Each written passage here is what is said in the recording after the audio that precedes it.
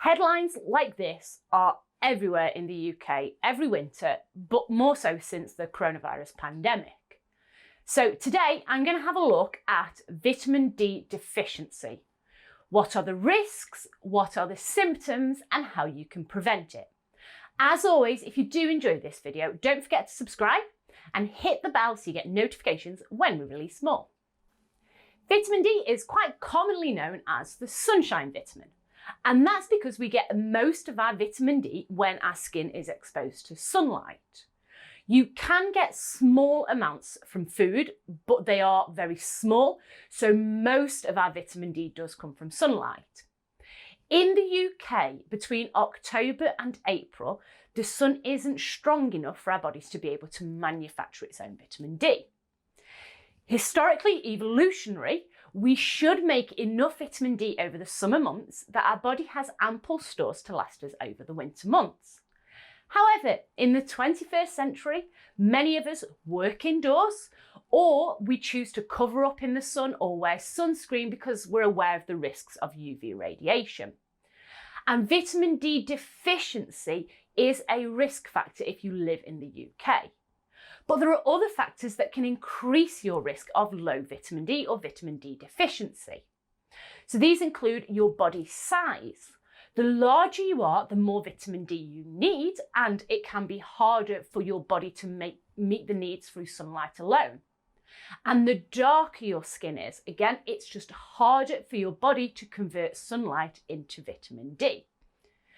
There are a lot of estimations as to how many people in the UK are deficient in vitamin D, and it's anywhere between 30 and 70%, depending on which study you look at. But there is a real risk. So what are the symptoms of vitamin D deficiency? So short-term vitamin D deficiency can cause low mood, tiredness and fatigue, muscular aches and pains, and painful bones.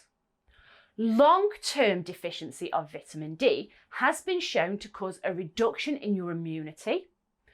It may be linked with depressive disorders, and it's also been linked with cardiovascular disorders, heart disease. So should you be concerned about vitamin D deficiency? Potentially so. The NHS does recommend that all adults and children over the age of 1 supplement with vitamin D at least over the winter months. But for a lot of us, it could be worth considering supplementing with vitamin D all year round, particularly if you're in a risk factor group, so you have a larger body weight, you have darker skin, or if you do cover up and avoid the sun during the summer. So the only way to tell if you have a vitamin D deficiency is through a blood test. This can be done at your general practitioners, at your doctors, or there are a lot of private companies that offer at-home kits that you send off. If you are concerned you have a deficiency, we do recommend you talk to a healthcare professional, as this may need a prescription high-dose vitamin D to address it. For everybody else, I would recommend that you supplement with vitamin D at least over the winter months, but for many of us, all year round. You need to look for a supplement that contains at least 400 international units to be taken each day. A lot of supplements are higher than this. Up to 4,000 international units a day is considered very safe. I'm a fan of the higher strength ones because if you accidentally forget to take it one day, your body will have stored any extra that it hasn't used, and there's plenty available if you do miss a dose.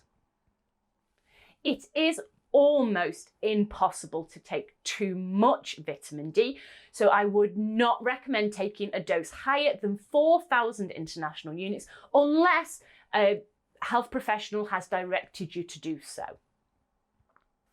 So should you be worried about vitamin D deficiency? For most people, I wouldn't worry about it, but be aware of it, and adding vitamin D to your daily supplementation regime will prevent any potential problems. If you've enjoyed this video, don't forget to subscribe and hit the bell so you get notifications when we release more.